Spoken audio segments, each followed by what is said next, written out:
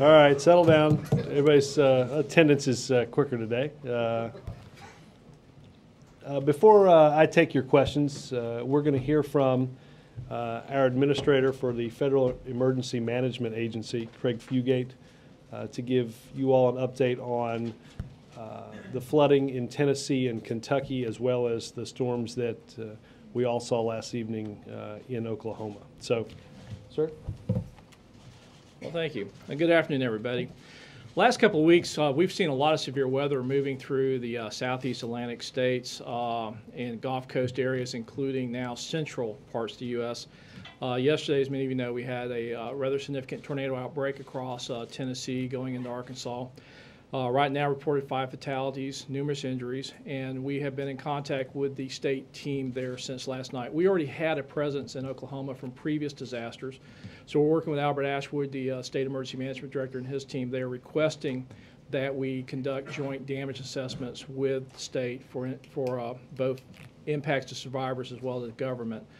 They have no outstanding federal response needs, which is given the severity of tornadoes, many people say, well, why isn't FEMA responding? And the answer is because in many of these disasters, the local and state responders are dealing with the response phase, and they're assessing whether or not they're going to need federal assistance for recovery. But earlier in the week, we did see another severe weather outbreak, this time manifested in heavy rainfall across Tennessee, Kentucky, as well as Mississippi. And that did result in significant flood damages, particularly in Tennessee, where the governor requested on Monday of last week an expedited major presidential disaster declaration, which on Tuesday the president concurred with and declared that a disaster did exist in the state of Tennessee. Prior to that, we actually had folks working with Tennessee as we knew the severe weather was impacting the state with the flooding. We have regional offices, 10 of them, and our office in Atlanta, Region 4, which covers the state of Tennessee, deployed staff in Saturday evening and began working with the state. But once again, much of the response was being done by local responders, state officials, volunteers, and other groups. And so again, our role in this response was to support recovery. And that recovery, I'm afraid, is going to be substantial. So far, just as of this morning, over 23,000 people in the state of Tennessee have registered for individual assistance. Right now, we have already approved in our system $51 million for individual assistance. Much of this is going to individuals who have lost their homes, did not have flood insurance, or had uninsured losses.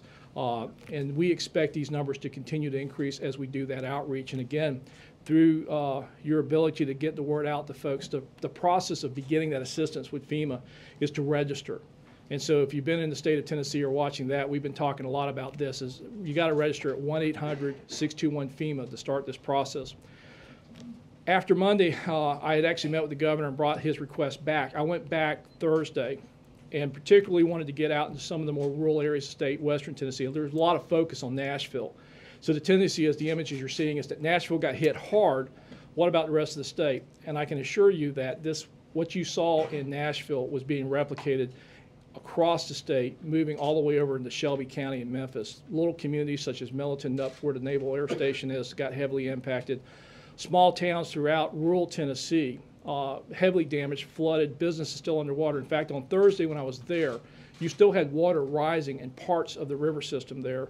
A lot of impacts agricultural, but a lot of impacts to homes. And unfortunately, again, not many people having flood insurance. We're going to be working to support that. But the great story out of Tennessee was the level of participation of volunteers, faith-based organizations, local responders, the state, and our role as the federal government in support in the recovery phase. Since that time, Secretary Napolitano was there Saturday, met with the governor's team to address issues. We've had Secretary Locke, we've had Secretary Donovan yesterday, SBA Administrator Mills there today. One of the things we know about these large-scale disasters is FEMA does not provide all of the tools necessary for complete recovery. And in this case, is with the duration and the types of disasters, it's going to require a full federal response and a full federal recovery, going far beyond our FEMA program. So we already have been working at the President's direction to start addressing not only the immediate needs of the survivors, but also beginning to look at long-term recovery for the state of Tennessee. This response, again, on top of tornadoes previously in the week in Mississippi and Alabama, today President Obama has declared the state of Kentucky now as part of the disaster from last weekend. and we continue to respond in support of those survivors, those communities, but through the state teams. The Tennessee Emergency Management Agency and FEMA have actually put together a Facebook page to help update people with fast-moving information and allowing people to share information. We'll get you that information. It's kind of one of these long-winded things. It's like TN disaster info, TN for Tennessee disaster info. But again, the idea of starting to use more and more of the tools that are reflective for people. And then the last piece, before I'll turn it back over for questions, is when you're dealing with these situations, a lot of our stuff we've always done on the web. Well, if your home's flooded, you don't have internet, I can't get to the web, how do I get information? Fortunately, about 2 weeks ago, we've been working on something to get out a mobile version of our website. So if you have your phone, you can get information in a format for you. So if you go to m.fema.gov with your phone, you can get information that's tailored for you, the survivor, to figure out very quickly the sources of information, get those links, and be able to get assistance without having to go through the full website.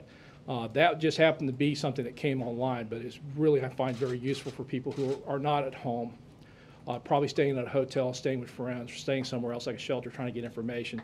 So again, m.fema.gov, 1-800-621-FEMA. In all these states where we have individual assistance declared, the first step is to register. And the last part is we cannot do this response without the communities themselves, the state, and the federal family. It's like I tell people, FEMA's not the team, we're part of a team, and we're there in supporting the governors on behalf of the President, Secretary Napolitano in this initial response phase. I got time for a few questions because we've got to get the administrator to the Oval Office. He and the President are going to talk to Governor Henry from Oklahoma. When we were in Tennessee on Saturday, we talked to Secretary Napolitano, and she said that the extent of FEMA's ability to help was limited. Yes. Given how many people there did not have flood insurance, how heavily impacted they are, and how limited the FEMA aid is, where do you suggest these people go beyond that? I mean, obviously $29,000 isn't enough if you've lost your home and you don't have flood insurance. That is correct. That's, I think, part of the reason why we look at disasters a lot differently than probably in past, and we know that it takes a full federal team to support recovery. We have a lot of programs that Secretary Donovan brings to the table with the HUD, Community Block Development Grant, other types of programs that help. Plus another thing that we've not always done well on the federal side, and that is really collaborate with faith-based and volunteer organizations that can oftentimes provide labor and other assistance to people in trying to rebuild their homes where we can use our dollars for materials. And so again, if you come in and you do what I call a federal-centric or government-centric response to these disasters, you're going to have a lot of unmet needs because we do have very defined programs and limits to those programs. But if you look at a team approach and looking at what are the resources in the community, where are we going to be able to pull resources together to address particularly those folks that just are not going to have many other options. For a lot of folks, some of the more affluent neighborhoods, SBA disaster loans will help them get their homes repaired. But for those that don't have the ability to do the loans and where our grants may not be able to return their home back to a usable condition, partnering with volunteers and other groups as part of a team effort gets us to those unmet needs. And so this is our approach of not just looking at what one program can do, but how do we leverage the entire federal family, but recognize there's a lot of other resources in the community that we have tended not to bring to bear or work in a coordinated fashion. Oftentimes they were trying to do one thing, we're over here, we're not talking, and we don't help the survivors. Who leads that? Is it your team or is it the state? It's a joint team. We go into a coordinated response with the state. I have a federal coordinating officer. It's appointed by the President. It's Gracia Check. She's there, worked a lot of disasters before. And we work with TEMA, the Tennessee Emergency Management Agency. And then at each local level, you have various groups, but generally coordinated through the county or city emergency operations center. So one of the groups that we were working with and talking to that set up some of the first information center was All Hands, a volunteer organization that was already working, getting information to the survivors in the aftermath of the disaster. So it's our ability to, one, work with the state as a team, and then bring in and work with some of the more traditional volunteer organizations like Red Cross and Salvation Armies, but also some that are very localized or may only be in one community. Yes, sir. The Tennessee delegation sent a letter to the President today asking for a separate appropriation in the supplemental.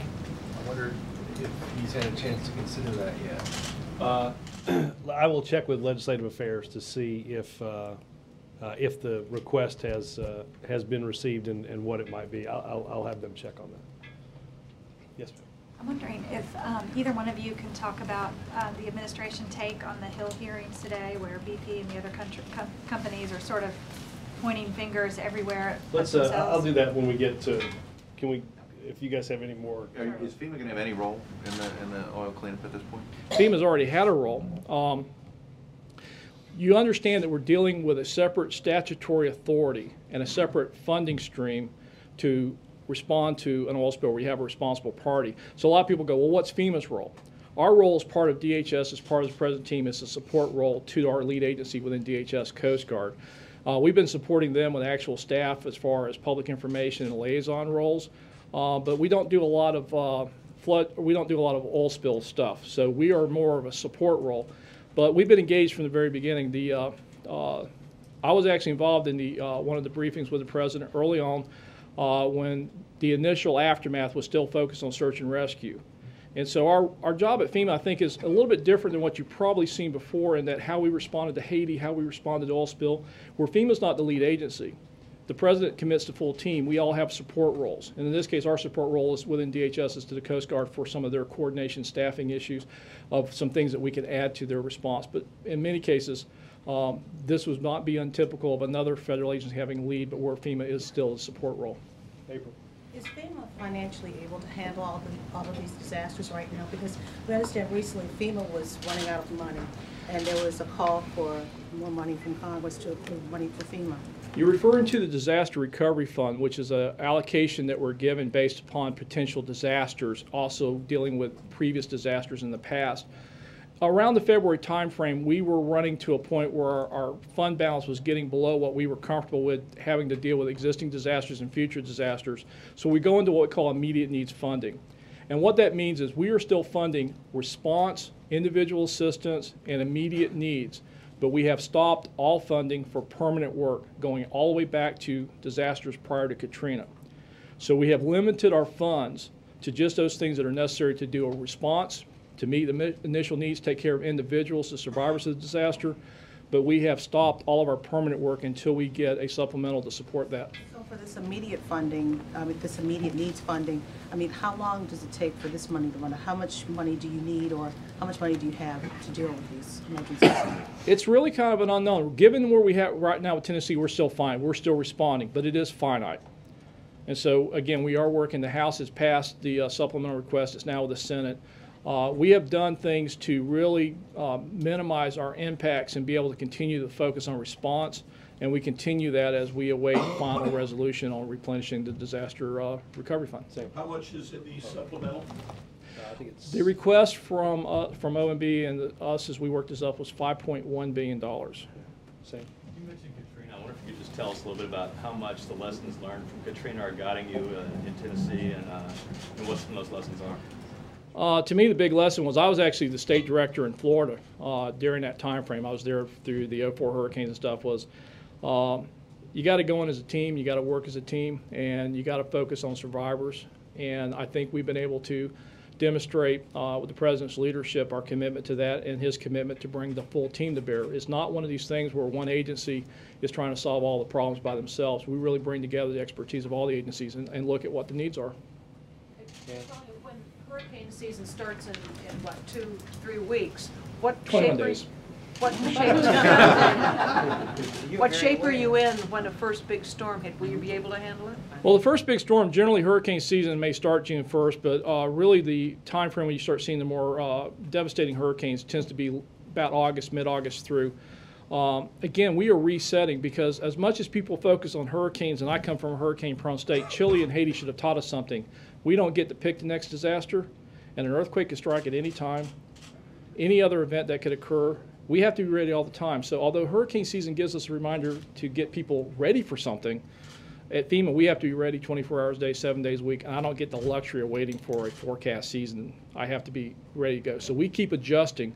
Even with Tennessee and others, we have a lot of disasters going. We keep resetting our team and looking at where we're at and go, right now, if something happened, what are we ready to do? And what do we have to do to be prepared? That's the situations right now. Are you fearful that you might not be able to meet the need because things arise with the financial problems that you're going through? No. I mean, if I looked at it just as FEMA was the only game in town, I might be a little bit concerned, but we're not the only game in town. We work as a team on the federal side, again, with the relationship that we have in this administration across all our resources. We're going to respond. We're going to take care of people. That's not the question. The question is really getting back to the permanent work, and that right now we cannot move forward on without the supplemental. All right. Thank you, sir. Thanks, guys. Thank you.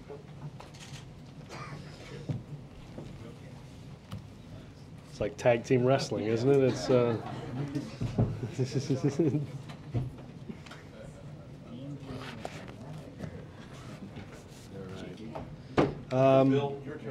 I was gonna say, I'm all for that. Let's I'm all for that. Let me just give you guys a quick update on tomorrow. Elena Kagan will make her way to Capitol Hill, as I think some of you know. Let me give you the schedule that of senators that she will see. Senator Reid at 10 a.m., Senator McConnell at 11 a.m., Senator Leahy at noon, Senator Sessions at 12:45, and Senator Durbin at 2:30. And as we get updates to that, we will provide them to you. Ms. Love. I guess I'll resubmit my previous question. Your yes. take on the Hill, the BP hearings on the Hill, and all these companies pointing fingers in opposite directions. Well, the right way for them to go. well, I don't want to get in the middle of their finger pointing, except to say that we obviously have an active investigation per what the president tasked the Interior Secretary to find out as to identify the cause of what happened. The president, I think you all got a readout from the president's meeting yesterday. And look, I would,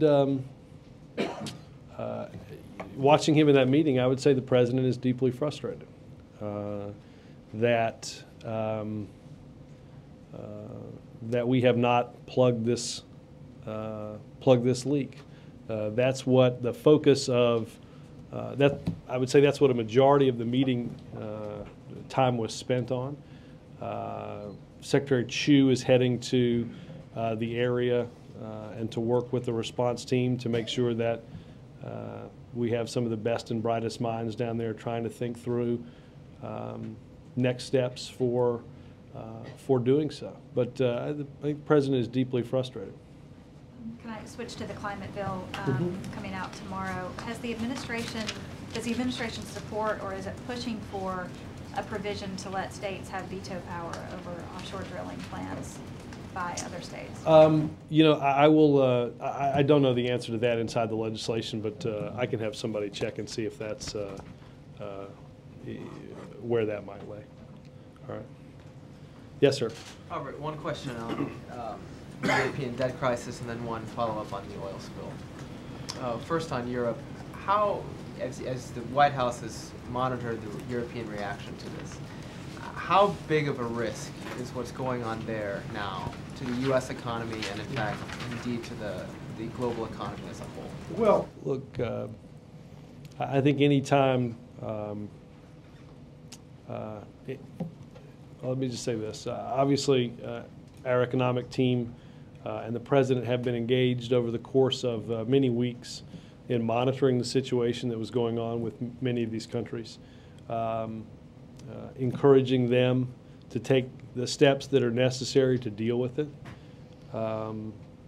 because of a fear that anything might stem the recovery that we believe is taking place, and not wanting to see any of that happen.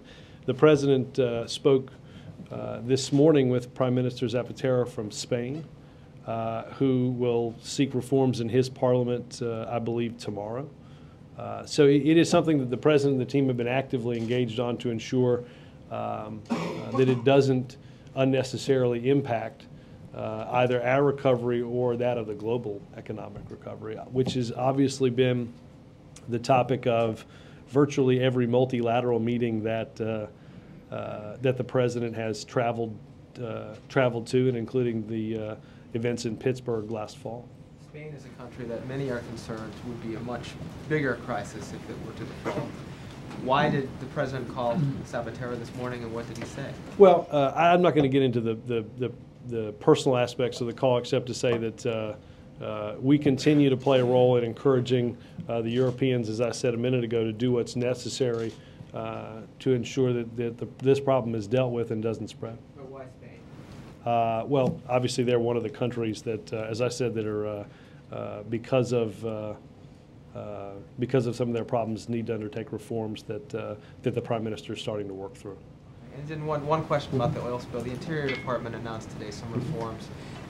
Will there be more regulatory reforms and proposals coming through in response to this oil spill similar to that? Well, look, the President was very clear with the team again yesterday. He wants everything to be looked at. I do think it is tremendously important, and the President believed this as well, the steps that Secretary Salazar is beginning to undertake, and understand that this this is not going to require legislation, that the Secretary can do this administratively, to split off MMS into one that is concerned with leases and royalties, and one that is concerned with management and safety, and to ensure that an agency with a purview like that never gets its two tasks mixed up. I think that's important going forward. But as I've said before, and as the President has said, we will look at everything, every bit of this process, to ensure what can be strengthened, what needs to be changed, what might have been the cause, and how we can rectify that. The President is very serious about ensuring that the notion of fail-safe means that. That has to mean something to him, given what's gone on. Yes, sir. Robert, just to follow on the EU rescue plan, has the President in his conversations with these European leaders gotten a sense of confidence that this rescue plan is enough? Well, look, I don't want to get too deeply into their personal conversations, except to say I think the President and the team have believed, as I think many in Europe have, that steps needed to be taken, and these are important steps in ensuring that that this doesn't spread. What's the level of confidence that this? Well, again, we think the actions that were taken were necessary, needed, and we're glad they happened. On Karzai meeting with the President, you and other administration officials have talked about how he's the elected leader of Afghanistan. Beyond that, very little is said about whether or not there's real confidence in him. I'm wondering if there will be strong language from the President tomorrow in saying, listen, I need you to do this, I need you to do more in order to build confidence. Well, look, I'm going to take this a couple of different ways. First, a little bit more broadly. The President is focused and always has been focused on substance. We have a job to do with a partner in the government and the country of Afghanistan. That's what the President's focus is. That's what our team's focus is. We're not going to get bogged down in atmospherics or personalities. That's not what we're here to do. Our focus will be on evaluating the progress that's been made since, in security-wise, since the President increased our forces there, and to go through what progress has been made on a governance side. We understand, and I think the government of Afghanistan understands the importance of the steps that it has to take, both, again, on the security side in training a force, a security force and a police, an army, as well as what it takes to hold an area and ultimately have that area transferred to the control of the Afghans. That's the process, right? Clear and hold in conjunction with ISAF and Afghan forces, building and transferring that to the control of the Afghans. That's the process that they'll talk through tomorrow. Well, I'm not sure that totally answers the question, though. I mean, I guess I'm trying to get a sense of the president, when he sits down with him, yes, he'll talk about all the progress that has been made, but is he going to hold his feet to the fire? Dan, I don't know if you saw or read yesterday's briefing. We went through a lot of this. We have a relationship with the people and the country of Afghanistan where we're going to have agreements and disagreements. We're going to laud them for the steps that they take, and we're going to work with them to do what is necessary to deal with the problems of governance, accountability, and corruption. Look, I think it's been, the reason I started with the atmospherics and personalities is because I think people get focused on that and they don't see some of the progress that has been made, right? You heard Ambassador Eikenberry talk about this yesterday. There are high-level corruption trials that are going on right now. The High Office of Oversight now operates with a mission to increase its accountability. And we are watching, as we will always, the implementation of that. We've asked for, and Karzai has signed a law to improve subnational governance. Again, we will watch the implementation of that because, again, all of this is necessary on as we undertake the security and the governance side of this. And we've asked for, and President Karzai understands the need for fair and transparent parliamentary elections that are upcoming. I think not long after the president visited with President Karzai in Kabul, there were some important appointments to the Electoral Complaints Commission, which we think is an important step forward in dealing with a fair and transparent parliamentary election that's in the interest of the people of Afghanistan as well as in our interest. Robert, can I follow on that? Sure. I get that the White House is encouraged by some of the steps that President Karzai has taken, but on the Hill there seems to be still a great deal of skepticism. Majority Leader Hoyer said this morning that he doesn't think that President Karzai is up to the task of confronting corruption. I'm just wondering, does the White House share that skepticism? Well, again, I'd refer you to the answer that I gave, which is we believe there are steps that they've taken, and we believe there are more steps that they have to take. He's the president of Afghanistan. We'll have, I think there's a lot of people that are working on that. We're focused on, again, we're focused on the security and the governance with our partner in Afghanistan. Yes, ma'am. Robert, there's underwater video of the leak in progress that BP has, that they have said that they would release to the press at some point. So far they have not. Has the president and who in the administration has seen this video feed? And does the White House think that the public should have access to this? I believe the Coast Guard has asked for BP to make that available to the press. So the answer to your second question is yes.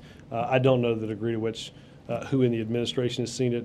I believe that it is. I believe that they have seen it at the Unified Command Centers in the area.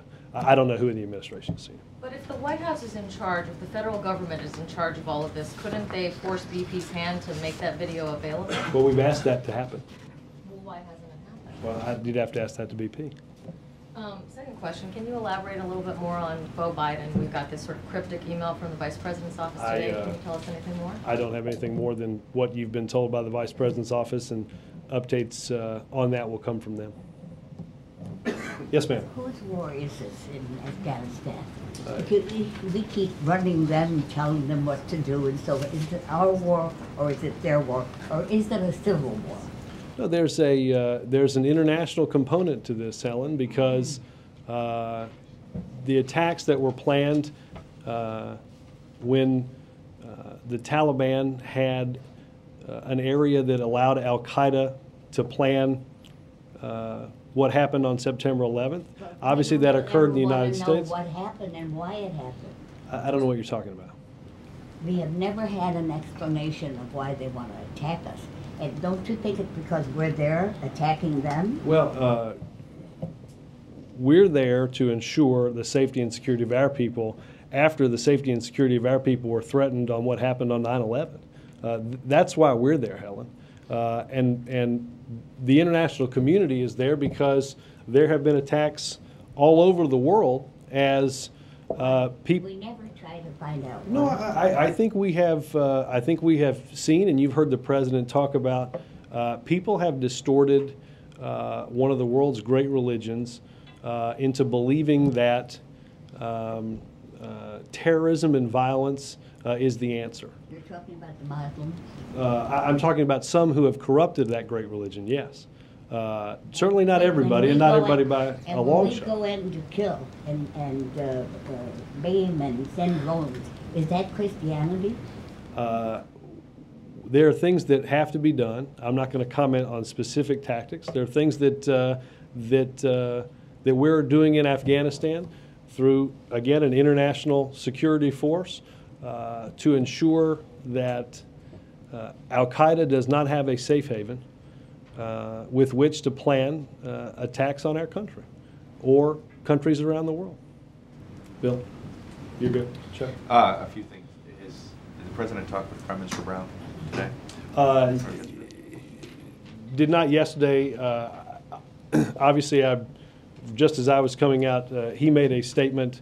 As there are developments of Britain forming a new government, we'll reach out to if that's David Cameron.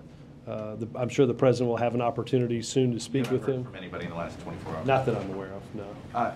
The decision, you said the president has asked Energy Secretary Chu to go down there, I guess, what is it? Is he leading a task force to try to come up with new ways to plug the hole? Secretary Chu is down there based on some improvements that he suggested on ways to look at what's going on in the league. Is there, I mean, was there any orders before yesterday to, hey, can we have X agency working on figuring out alternative plans to plug the hole? Chuck, or was it all relied on BP? I mean, No. Chuck, we've been doing everything. We've been doing everything that we can. I noticed, some people have criticized, well, the military didn't send a C-130 down until, I said this, I think, at one point on the back of the plane. There's not somewhere on a dock in Annapolis, a secret submarine that would fix this leak. I don't mean that to be funny. I mean that the president has asked that everything in our power be done. Everything in our power is being done. The frustration that the president has is that despite all of that, and despite the efforts of others, there still continues to be a very large oil leak. And you feel like, do you feel like at this point BP's as forthcoming as they can be and doing everything that they can at this point? If we have problems with what they're doing, we have communicated and will continue to communicate to them things that have to be done. That's why Secretary Salazar has been down there so often to ensure that everything that can be done is being done. Any additions to the schedule before next Tuesday for Senator Specter? No. Yes, ma'am. It appears that Solicitor General Kagan did an interview yesterday right after the president's announcement. You've now posted that on the White House website. Mm-hmm. Who did the interview, and can I have one? I think it's on the website if you want to see it. Do you know who did the interview? Yeah, I think it was Arun who does the video stuff, similar to what we did with Judge Sotomayor during the last one. So a White House staffer interviewing her. Mm-hmm. Would she like to do another one? The journalist? She has. She's not told me that. No.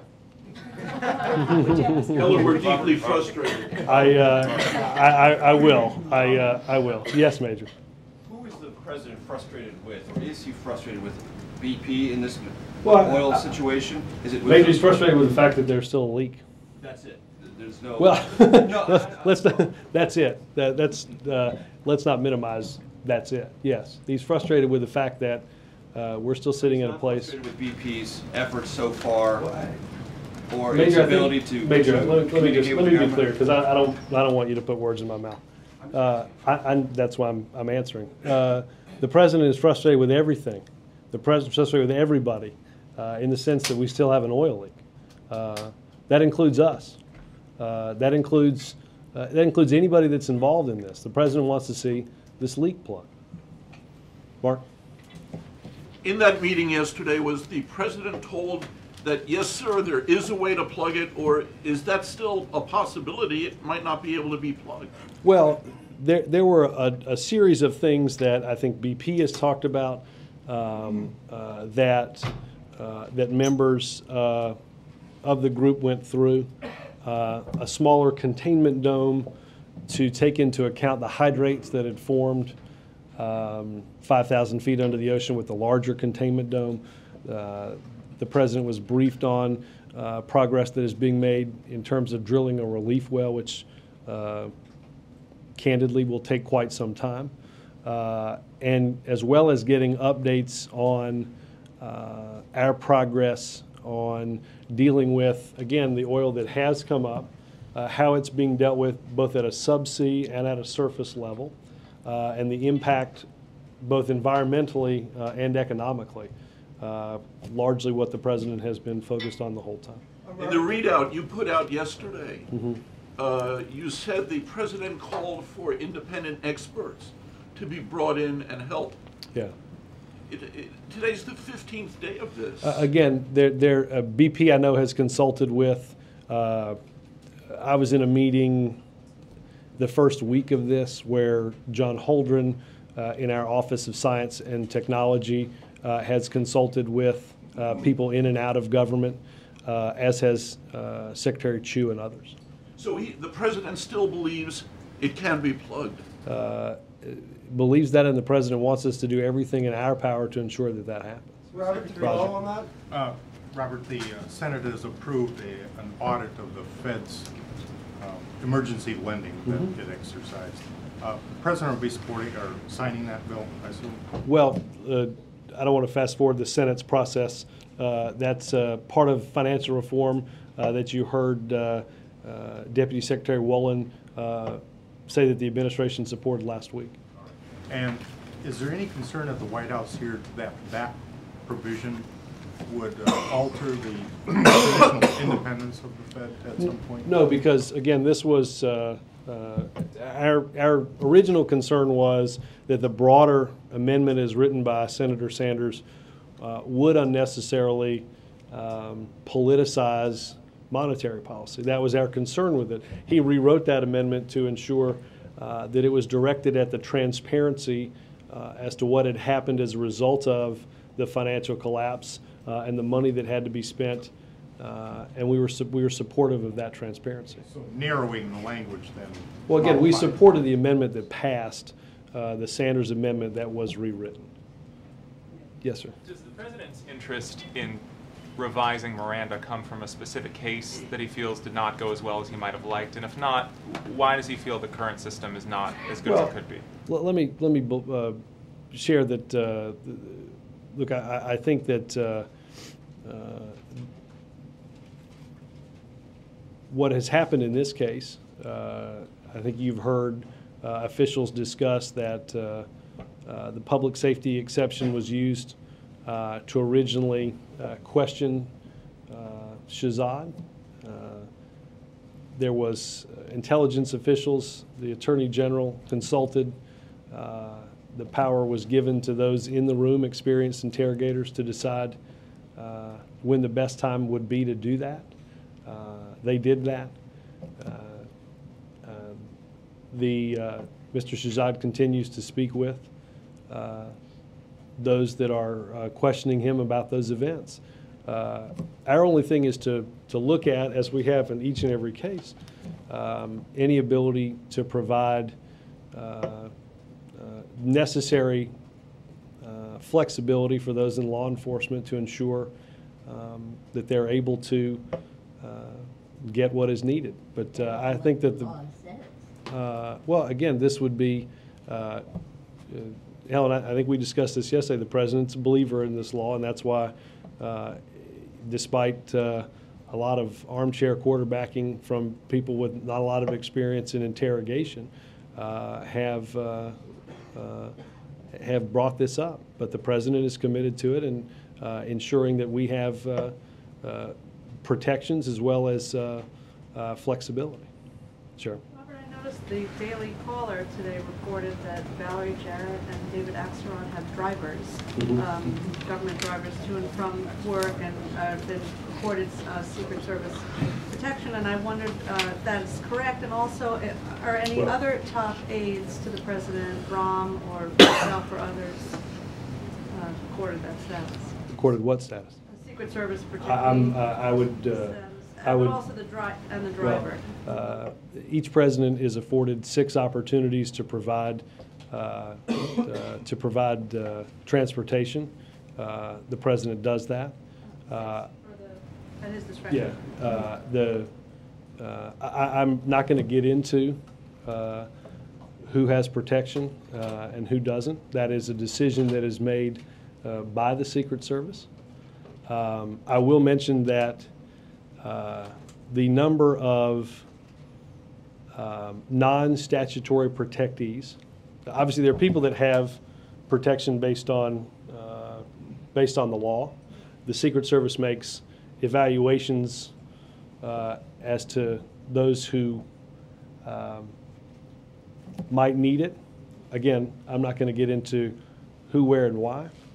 But those currently in our administration, there are 33% fewer non-statutory protectees than at the end of the previous administration. And can you just explain, does the protectee status come with the car? No. Or is that a separate decision that the president makes to provide transportation? No. The president doesn't make protectee decisions. Protectee decisions are made by the Secret Service. If you have questions about that, I would speak with the Secret Service. Okay, so he makes the decisions about the transport. He has up to 6 that can do that. Yes. Yep. Can you say why he chose Valerie and David Just based as on 2 of the 6? Based on their jobs. Yeah. This is on the documents from General Kagan's White House service. I'm just following up on what you guys were saying about this yesterday. Is it your anticipation that all of those documents will be made available? Well, it's my anticipation that the committee and individual senators will seek documents from her work via the Clinton Library, and we look forward to working with them to fulfill reasonable requests. Is it your belief that the executive privilege will cover any of those documents? I'd have to check more deeply with counsel on that. Mark? Just briefly on what Secretary Chu is being asked to do. Is he going down there to propose additional steps or to try and get BP to take steps that they haven't? Well, Secretary Salazar's been down there to ensure that we're comfortable with the pacing of their response. He's been down there, I think, a number of times. He's traveling back down there with Secretary Chu in order to look. They've got various different response teams that Secretary Salazar thought he might be helpful with. Can you just add one thing to that? Will the White House get involved in the decision about which documents would be made available by the Clinton Library, or do you think? I will check with counsel on that. Robert, it's May 11th, and it's 20 days away before the Black Farmers deadline comes up May 31st. $1.25 billion, and you have COBEL $1.4 billion, and then you have FEMA for what the FEMA had just said, 5.1. That's a lot of money. Realistically, what do you think is going to happen? Oh, I'm not going to get into prognosticating, except to say, those are priorities of the president. I think, if I'm not mistaken, as Administrator Fugate said, on the disaster relief fund, that supplemental appropriation has passed the House of Representatives. I think they tried to get unanimous consent today in the Senate, and that was objected to. So what about the Black farmers? They're pushing for this money. It's 15 years. Yeah, and I think you've seen the president's statement on that, and we continue to work to make that happen. John Boyd wants a meeting with the president. Is he going to get that? I have not seen that request, David. Is the president considering a trip to Pennsylvania to help Specter, who looks like he's in trouble? No, I just want to be clear that he wasn't thinking about it. Okay. Yesterday, Fannie Mae said it needed another $8.4 billion in aid. Is that a concern, and how long is that going to go on for? They're going to continually need that much? Well, again, this was, I think that was in line with what we had expected in terms of their losses. We are strongly supportive of the need to reform the GSEs. as you heard, again, last week, I'd refer you to the answer that the Deputy Secretary Wolin gave in terms of Secretary Geithner having started a process for this. We are eager to see reform, but understanding that reform has to take into account a very fragile housing market. And we look forward to working with Congress in the future on that. I don't think that should be a cause for any delay in the reform that the Senate is considering now, that the President and I believe many believe is necessary in putting important rules to the road going forward. David? Yeah. Related to the Gulf oil spill, do we know whether MMS approved displacing the mud in the pipe before Halliburton finished the cementing plugging cement? I'd point you to MMS. David? Thanks, Robert.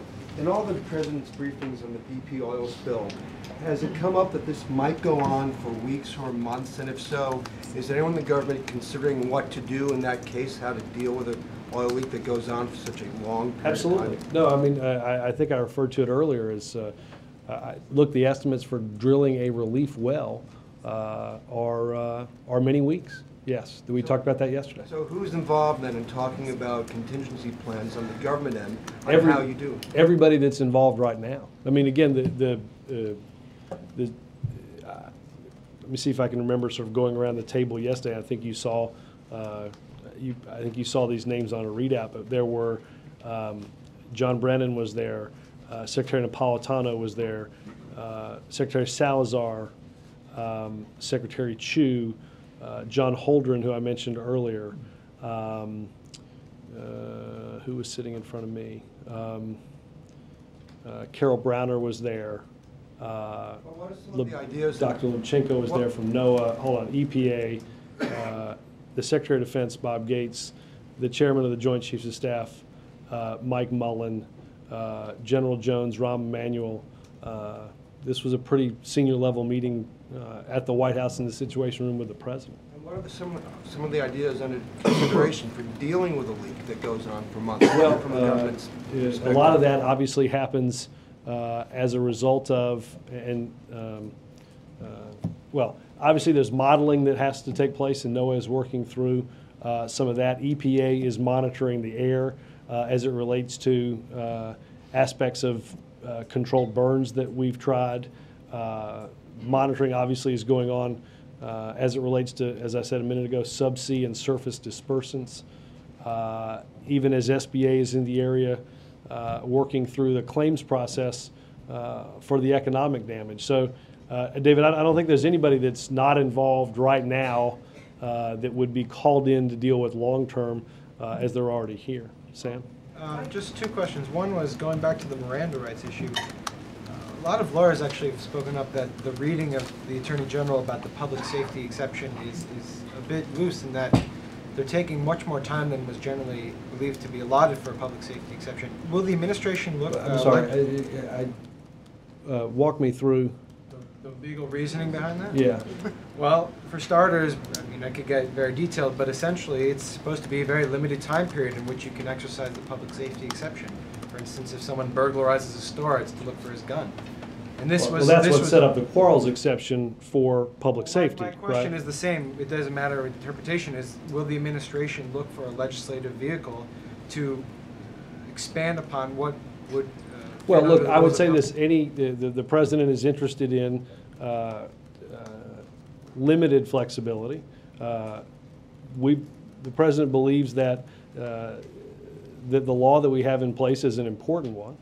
And obviously any change that would take place would have to be done legislatively. And the second question is, White House sent out the op-ed in the Wall Street Journal from the former Harvard law dean about military recruitment on campus. But earlier today, Vice President Biden said that Solicitor General Kagan was right to oppose military recruiters. I'm wondering if you can expand. Well, let's just, again, I think we sent out the op-ed because I think you have seen those that have said the military did not have access to the campus at Harvard Law School, okay? The op-ed that we sent out, for anybody who hasn't seen it, I'd be happy to send it to you, is from the former dean, the dean that preceded Elena Kagan, who instituted the policy of non-discrimination that Elena Kagan continued. Again, we sent this out so that because there's people that are either don't know or unwilling to understand the facts. The military had, through a student organization, access to Harvard Law School students. And the semester in which they did not have access to the Office of Career Services actually saw an increase in the number of Harvard Law School students that joined the military. Bill? Robert, 68 United States Senators, Republicans and Democrats have sent a letter to the President asking him to support ratification of the international treaty banning landmines. What is the administration's position? I don't have the updated. I'll get something on that. I know there was some discussion of that recently. But the United States hasn't used them since 1991, so why the hesitation about them? My hesitation is I just don't have anything on them. Yep. Robert, the United States traded and had diplomatic relations with China and with the Soviet Union, but with Iran, we insist they jump through all kinds of hoops and meet certain conditions. Why can't we just establish after What do you mean? That's clear, I think. I mean, you say that they have to come to the table and talk. Why can't we just establish normal ties with Iran like we had with China and the Soviet Union and traded with them fully? Why can't we do that with Iran? Maybe I'm misunderstanding your question. I mean, we've offered on any number of occasions, we've offered to allow them the opportunity to live up to their international obligations and to enjoy what comes from being part of the full international community. But I guess the question is, why can't we just unilaterally recognize the Iranian? Why can't we do that? Maybe I'm misunderstanding your question. Again, we've given them, I think, plenty of opportunity with which to join the international community. But being part of the international community means living up to the obligations and the treaties that you've signed that are part of the international community. You can't be part of the international community and then not live up to your responsibilities as it relates to nuclear activities. I think you saw the President discuss last fall in Pittsburgh a fairly specific instance in which they were required to live up to their responsibilies internationally, and they failed to do so. You know, on Guantanamo, real quickly, it's been 4 months, I think, since the 1-year deadline has passed. We haven't heard too much about Gitmo lately. Bring us up to date if you could on that. I don't have anything new. Obviously, last week, I believe I may have, I think at least 2 detainees were transferred to European countries. I forget off the top of my head where those are. We continue to go through and ensure that we go through the files and make sure that we have a proper accounting of those that are there, understand and make transfers on those that we believe are able to be transferred. No.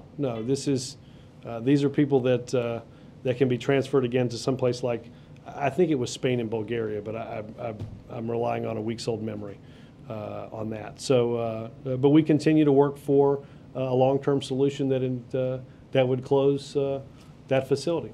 Thank you.